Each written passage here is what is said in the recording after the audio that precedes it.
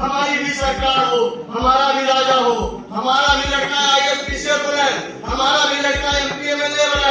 इसी के नाते हमारे सारे पूरे मजबूत होने के बाद हम ये चाह रहे हैं कि पूरे अपनी डिमांड्स लेके जितने जो भी अपनी मांग है मैं गवर्नमेंट से लड़ने में लगा करता हूँ। मेरा नाम है धर्मेंद्र लुनिया चौहान। मैं जनपद बस्ती यूपी का रहने वाला हूँ।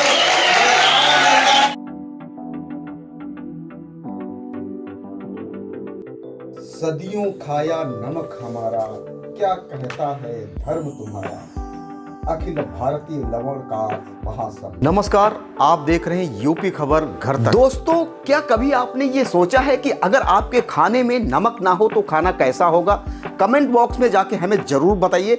दोस्तों, आज की वीडियो बहुत खास होने वाली है। ये वीडियो इसलिए खास होने वाली है क्योंकि यह वीडियो उस समुदाय के बारे में है, उन लोगों के बारे में जो प्राचीन काल से लेकर आज तक हमें नमक का स्वाद दे रहे हैं। दोस्तों, आज की वीडियो में यह भी मैं बताऊंगा कि नमक का इतिहास क्या है और यह कितना महत्वपूर्ण है हमारे लिए या मानव जीवन के लिए। वीडियो में बने रहें। वीडियो को शुरू करते हैं। दोस्तों, नमक का हमारे जीवन में अत्यधिक महत्व है। यह न केवल खाने के स्वाद को बढ़ाता है बल्कि हमारे शरीर की कार्यप्रणाली के लिए भी जरूरी है। नमक शरीर में पानी के संतुलन को बनाए रखने, तंत्रिका तंत्र के सही संचालन और पाचन क्रिया में मदद करता है। इसके अलावा आयोडीन नमक में मिलाकर शरीर को आयोडीन की आपूर्ति की जाती है, जो थायराइड ग्रंथि के अच्छे कार्य के लिए आवश्यक है। हालांकि अत्यधिक नमक का सेवन उच्च रक्तचाप और हृदय रोग जैसी समस्याओं का कारण भी बन सकता है, इसीलिए इसका संतुलित सेवन करना जरूरी है। दोस्तों, ये था नमक का महत्व। दोस्तों, अब बात करते हैं इसके इतिहास की। नमक बनाने का इतिहास बहुत पुराना है और इसकी उत्पत्ति और उपयोग विभिन्न सभ्यताओं और कालक्रम से जुड़ा हुआ है। नमक का इतिहास मुख्य रूप से 3 मुख्य बिंदुओं में विभाजित किया जा सकता है। पहला बिंदु क्या है? प्रारंभिक उपयोग और खोज। नमक का पहला उपयोग प्राचीन सभ्यताओं में हुआ था। लगभग 6000 ईसा पूर्व के आसपास प्राचीन मनुष्यों ने नमक का उपयोग खाना पकाने और संरक्षण के लिए करना शुरू किया। सबसे पहले नमक उत्पादन के प्रमाण चीन, मिस्र और मेसोपोटामिया, जो अब इराक है, वहां पर मिलते हैं। दूसरी बात कर लेते हैं, चीन और मेसोपोटामिया का योगदान क्या था। चीन में नमक का उत्पादन बहुत पहले से हुआ था। चीन में नमक का उपयोग खाने के अलावा उसे संरक्षित करने और कभी कभी मुद्रा के रूप में भी किया जाता था। मेसोपोटामिया में भी नमक का उपयोग बहुत था और यहाँ नमक की खनन और उसके व्यापार के प्रमाण मिलते। तीसरे पॉइंट की अगर बात करें तो रोम और ग्रीस में भी नमक का महत्व था। रोम के साम्राज्य में नमक का उपयोग एक व्यापारी वस्तु के रूप में होता था। इसका उपयोग सेना को वेतन देने और खाना पकाने के लिए भी किया जाता था। ग्रीस में भी नमक का उपयोग खाने को सुरक्षित रखने और विभिन्न रीति रिवाजों में होता था। भारत की अगर बात करते हैं तो भारत में नमक का इतिहास और भी प्राचीन है। यहाँ नमक का उत्पादन बहुत पहले से होता आया है। ऋग्वेद में नमक का उल्लेख मिलता है। भारत में नमक को सैंधव के नाम से भी जाना जाता था, जो प्राचीन समय में सिंधु नदी के किनारे मिलता था। भारत में नमक के लिए महत्वपूर्ण व्यापार मार्ग भी था, जो राजस्थान, गुजरात और सिंध के क्षेत्रों तक जाता था। दोस्तों, भारत की आज़ादी में भी कहीं न कहीं इसका बहुत बड़ा नाम जुड़ा हुआ है। अगर बात करते हैं भारत की ब्रिटिश शासनकाल के दौरान, भारत में नमक से जुड़ी एक महत्वपूर्ण घटना 1930 में घटी, जब महात्मा गांधी ने सत्याग्रह यानी कि दांडी मार्च किया। यह आंदोलन ब्रिटिश शासन के खिलाफ था, जो नमक पर अत्यधिक कर लगाता था। गांधी जी ने 400 किलोमीटर की यात्रा की और दांडी में नमक बनाकर ब्रिटिश सरकार को चुनौती दी, जो भारतीय स्वतंत्रता संग्राम का एक महत्वपूर्ण मोड़ था। तो आपने देखा कि नमक का महत्व केवल हमारे शरीर के ही लिए नहीं, अपितु इसकी जो कड़ियां हैं भारतीय इतिहास से भी जुड़ी हुई हैं। दोस्तों, हिंदी भाषा का एक महत्वपूर्ण मुहावरा है जिसे आप लोगों ने सुना होगा, नमक हराम। इसका मतलब यह है, जिसका नमक खा लिया है उसके साथ गलत नहीं किया जा सकता। ये भी महत्व भारतीय इतिहास में दर्ज है। लेकिन क्या आप जानते हैं ये नमक बनाता कौन है? वह कौन समुदाय है जो नमक को बनाकर हम तक पहुंचाता है, जो प्राचीन काल से लेकर आज तक जो है नमक को बनाने में महत्वपूर्ण भूमिका निभाई। आज की वीडियो में उस समुदाय की बात करेंगे। आखिर ये समुदाय है क्या और कहां कहां पे रहता है, इनका जीवन यापन कैसे होता है, इनकी आत्मनिर्भरता क्या है, इनका एजुकेशनल स्टेटस क्या है, इनकी राजनीतिक भागीदारी क्या है, ऐसे ही संगठन के बारे में आपको बताऊंगा। ये संगठन आखिर है कौन, इस संगठन का नाम क्या है और इन्होंने आज दिल्ली में इतनी बड़ी मीटिंग क्यों की, भारत के समस्त राज्यों के लोग यहाँ पे प्रतिभाग क्यों किए। वीडियो में बने रहें। आज के आयोजन के बारे में बात करने से पहले पेश है कुछ वीडियो जिन्हें इस समुदाय के संगठन के लोगों ने कहा। वो वीडियो क्या है, देखिए। छोटी सी कम्युनिटी है, पूरी भारत से 2000 किलोमीटर से अंदर है, ये ताकत दे रहा है।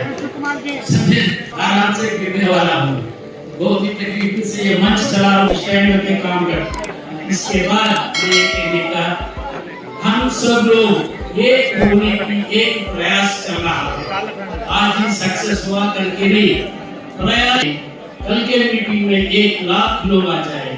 आज एक लीडर जितने भी आज पद पे है, हर लीडर उसके साथ 10-10, 20-20, 50 लोगों लीडरों को बना के। ये कार्यक्रम भारतीय लवणकार समुदाय महासभा नई दिल्ली के द्वारा आयोजित किया गया था। इस कार्यक्रम के शुरुआत में ही इसके फाउंडर कृष्ण कुमार भारती ने क्या अपील की लोगों से जानते हैं। उन्होंने अपने उद्बोधन में कहा, भारतीय लवणकार भाइयों और बहनों, माताओं, नौजवान साथियों तथा छात्र छात्राओं, आप लोगों को विदित हो अपने देश के सभी हिंदू समुदायों में सबसे अधिक आबादी वाले देश के विभिन्न राज्यों और केंद्र शासित प्रदेशों विभिन्न नामों से जाने वाले प्राचीन भारतीय लवणकार समुदाय को राष्ट्रीय स्तर पर संगठित कर एक मंच पर लाने के लिए अपने समाज के कुछ प्रगतिशील सोच रखने वाले समाज सेवियों और बुद्धिजीवियों के कई वर्षों के अथक प्रयास के बाद 2017 में प्राचीन लवणकार एवं व्यापारी जाति परिसंघ नाम से अपने समाज का एक अखिल भारतीय स्तर पर सामाजिक संगठन बनाया गया है और दिल्ली में पंजीकृत कराया, जो वास्तव में हमारे समुदाय का एकमात्र राष्ट्रीय स्तर का सामाजिक संगठन है। यह सामाजिक संगठन कन्याकुमारी से लेकर जम्मू कश्मीर तक और अमृतसर से अरुणाचल तक के सभी राज्यों और केंद्र शासित प्रदेशों में विभिन्न नामों से बसे हुए लवणकार समुदायों को जोड़ने का काम कर रहा है। वैश्विक महामारी कोरोना के चलते इस काम को रोकना पड़ा था, जिसे पुनः जोशों खरोशों के साथ शुरू किया गया। बताते चले कि किसी कालखंड में अपने देश में मिट्टी से नमक, खाड़ी और बहुत ही मूल्यवान विस्फोटक पदार्थ सोरा बनाने वाले देश के समुद्री तटीय इलाकों में समुद्र के पानी से नमक बनाने वाले भारतीय लवणकार समुदाय बहुत ही पौराणिक, ऐतिहासिक और गौरवशाली रहा है। खासकर भारत को आज़ादी दिलाने में मेहनतकश लवणकार समुदाय अग्रणीय रहा है, जिससे हमारे देश के पक्षपाती इतिहासकार और साहित्यकार अब तक लिखने से बचते चले आ रहे हैं। चाहे वो नमक से संबंध जातियों का मुगलिया सल्तनत के दौरान 1500 से 1700 ईस्वी तक अहमद शाह अब्बाली से लेकर औरंगजेब तक के शासनकाल में हुई लड़ाइयाँ हों,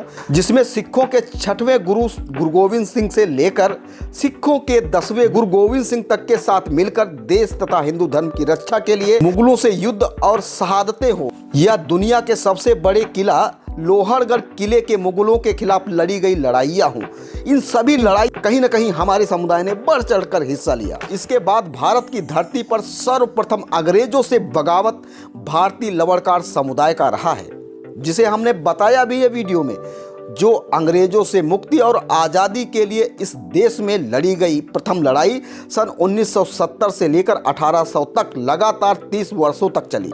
नोनिया विद्रोह दुनिया की सबसे बड़ी लड़ाई है। इसके बाद सन 1857 का विद्रोह, जिसमें उत्तर प्रदेश के लवणकार समुदाय के 15 वीर और बहादुर लोगों को अंग्रेजों ने महुआ के एक पेड़ पर लटका दिया। इसके बाद महात्मा गांधी का भारत की धरती पर प्रथम सत्याग्रह का प्रयोग, नीलहा आंदोलन 1917 में चंपारण के लवणकार समुदाय की, या महात्मा गांधी के विश्व के दूसरे सबसे बड़े आंदोलन खिताब से नवाजित 1930 का नमक सत्याग्रह, जिसमें कांग्रेस के दिग्गज नेताओं में से एक डॉक्टर राजेंद्र प्रसाद, पंडित जवाहरलाल नेहरू आदि के साथ मिलकर पूरे भारत में नमक कानून तोड़वाने के चलते देसी नमक उत्पादक भारतीय लवणकार का लाखों की संख्या में नमक बनाने का लाइसेंस अंग्रेजी हुकूमत द्वारा रद्द कर दिया गया था। दोस्तों, कहीं न कहीं इस समाज का इस समुदाय का भारतीय इतिहास में भी महत्वपूर्ण योगदान। दोस्तों आज का आयोजन इतना बड़ा था जिसे आपने विभिन्न फुटेज में देखा होगा। दोस्तों आज की वीडियो के बारे में आपकी क्या प्रतिक्रिया है, इस समाज के बारे में आपकी क्या प्रतिक्रिया है, इस समुदाय के बारे में आपकी क्या प्रतिक्रिया है, इस संगठन के बारे में आपकी क्या प्रतिक्रिया है, कमेंट बॉक्स में हमें जरूर बताएं।